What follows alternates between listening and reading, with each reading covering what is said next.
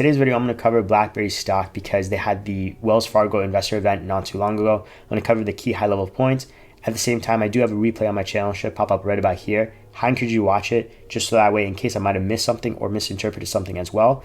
And a reminder, we have Q1 fiscal year 2026 earnings conference call at 5:30 p.m. Eastern time, which I'll be live streaming that event, plus typically about 15 minutes before they have the earnings numbers come out. So I review them before the conference call, high level during the live stream, and then do a little bit of a comparisons, all that stuff, and then go into the conference call during the same live stream. So if you're interested in that, consider following and subscribing so you're notified when that whole entire thing happens.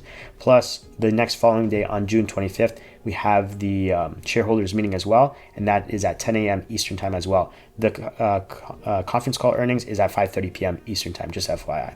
And then in terms of the video in terms of what you could expect for Q1 fiscal year 2026, I'm hopefully planning to have that released on Sunday, if not sooner. I apologize for the delay. And now I'm going to go into the key high-level points. Hopefully like the video, hopefully enjoy it. If you do find it beneficial towards the end, consider dropping a like. It does help with the channel, so thank you so much for that. I do appreciate it. So first thing is off, Wells Fargo went into mentioning of like what BlackBerry actually does. It was pretty positive for BlackBerry perception in the auto industry role, basically overall. So I thought, in my mind, I was like, that's pretty beneficial because this is a group of investors and all that stuff. So that is always good to see that they see BlackBerry in a positive light in that industry, in the auto industry. Then in essence, this basically was Tim Foote, CFO of BlackBerry, and Mattias, a director of QNX in terms of fireside chat. And overall, in my opinion, this was actually a really good investor event, which had a bunch of positive light in terms of tidbits here and there. They mentioned that BlackBerry business basically first, Tim Foote went over and explained that BlackBerry, like how the BlackBerry business is structured at first. So you're aware of like the two divisions, secure communications and QNX, and then plus as well as licensing, technically considered as another division as well. And then secure communication is a solid and stable cash flow business, said Tim. QNX is sitting in everything and not seen as a competitor, but actually working within the stack. So when you see Android wins or NVIDIA or Qualcomm wins, QNX is in the software package of the wins. And then also QNX is the leading foundational software provider for advanced edge computing. And then was said that most design wins are not public, which I thought was very interesting. And I believe that was Mattias who stated that. Mattias is heavily involved in QNX for quite some time, ever since pretty much originally. And that was very interesting. Just because, again, we see these design wins, some of them are massive, et cetera, but some of them still can't even be mentioned. So there's obviously a bunch of back end, which relates to the backlog as well. The backlog is growing as well, and that's about, I believe, 865 million. And relatively speaking, from the last investor event and previous conferences and all that stuff, it's essentially 100% margin, which is amazing. And then the following are their customers: 10 out of 10 leading auto OEMs, 7 out of 7 top tier 1 suppliers, 24 out of 25 top EV companies, which is Tesla's the one that's not in that mix. So it would be 25 if Tesla got in. And then 9 out of 10 leading OEM medical equipments. Then they also mentioned that QNX helps customers come to market faster and lower costs and help with safety and reliability, which is a good point because it leads into another thing later down the line, which I'll touch base on. And then they said trust and longevity is important for BlackBerry given these business deals, since they go to 5 to 10 years long in terms of these business contracts. And then in an automotive segment, still in the early phases and has larger segment growth in the next 5 to 10 years in growing markets. I believe Mattias was the one who mentioned that. And they said that trends are pushing customers towards BlackBerry for what they offer, and is also making customers ask BlackBerry for more products. And BlackBerry is the leader in auto for foundational software, having unique capabilities and IP, all while having trust with the customers. And then, for example, so QNX SDP8 was basically developed for NVIDIA Auto, and NVIDIA came and asked for it. So this is one example where customers are asking for more products from BlackBerry. Pretty awesome stuff, in my opinion, and it shows that like this is actually legitimately happening, as opposed to them just saying it, because they've been saying this for a little bit. I would say at least for a year now, if what I can remember correctly. And then still early in the auto phase, markets mentioned again and said 80% of the vehicles shipped last year were still legacy vehicles. So the market's still at 20% and still expanding. Essentially, 80% in terms of legacy vehicles is vehicles that is not really advanced in essence, right? But then 20% is more advanced. But then Mattias said that, I believe it was Mattias, 2030 expecting a basic flip of this auto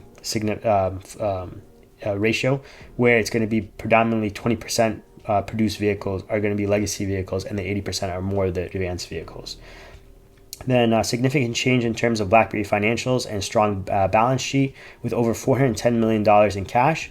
And then after the sale, that portion of the sale of silence, but also the second portion of the sale of silence as well is another $40 million coming in later in the year. And then at the same time, so that would be like about $450 million, depending on how much their expenses are later on down the line, et cetera, or maybe even just keep adding, becoming since they're profitable right now, right?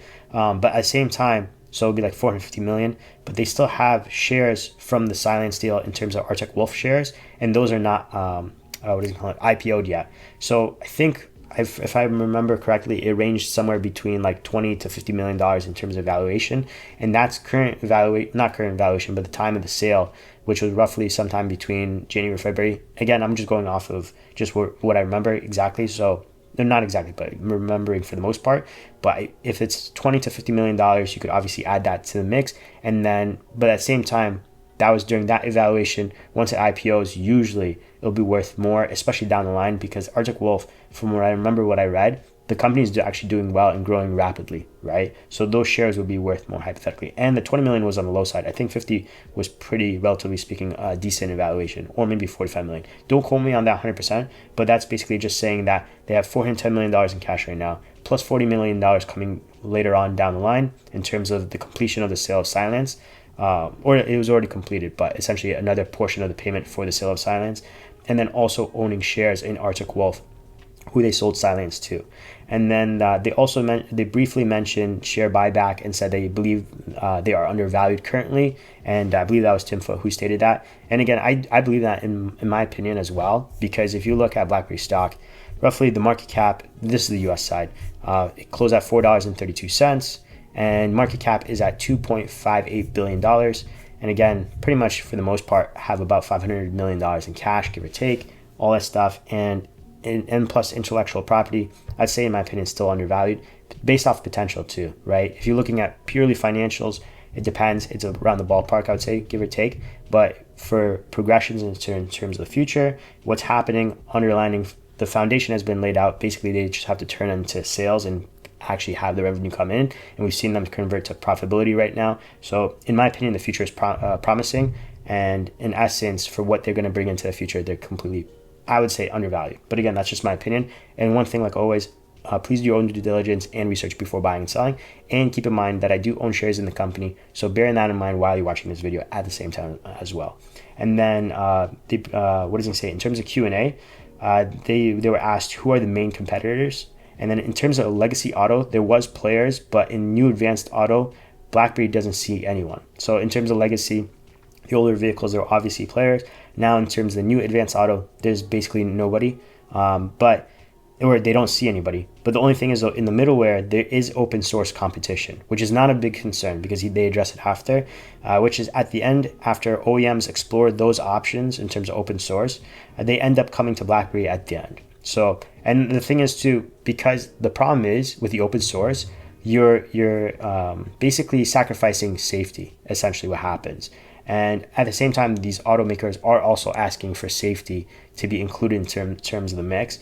So it just takes too much research and development to build off this, et cetera, et cetera. And Mattias mentioned this too as well. He's like, why are you guys wasting your time on this foundational portion when you could be using your resources in terms of software developers to do the upper side of the stack, right? As opposed to the foundational portion.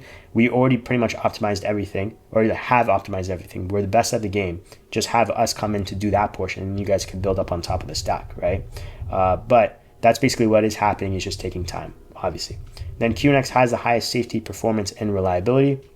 Then 75 to 80% of the business is automotive. And Mattias said he believes longer term, the market will be bigger than auto, which they are getting into as well. Like we've seen with robotics, the partnership or collaboration or partnership, I can't remember 100%, with AMD in terms of the robotics side.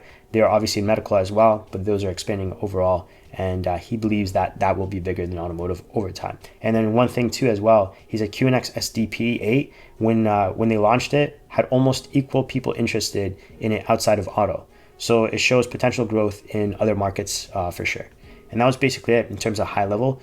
Again, hopefully you guys enjoyed the video. Hopefully you guys liked it. If you did, consider dropping a like. It does help the channel. Thank you so much for that. In my opinion, I'm pretty excited for the earnings. Just a quick, but I still have to review the numbers. So basically take this portion with a grain of salt. What I'm going to say later, like after this portion, is essentially I think earnings will actually be pretty good, because from what I remember, again, I have to look at the numbers fully, et cetera, and do comparisons. And the video will come out, hopefully, I'm pretty sure, guaranteed, on Sunday, worst case scenario.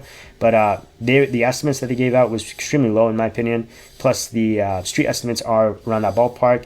And given that everything in terms of negative side of the earnings becoming low for this Q1 has already been baked into the price, in my opinion. So the only thing that's left, given how it's low, it's pretty much going to be a beat. Unless if they don't make a beat. But again, the numbers are quite low in my opinion, so I don't expect them missing on earnings. And if that is the case, then in essence the share price should rise, hopefully, or at least worst case scenario, stay flat. But again, I have to review the numbers for sure and then get back to you guys and post that video on Sunday the latest, hopefully sooner. I'm hoping sooner, but we'll see. Thanks again for watching. Appreciate it. Take care. God bless and peace.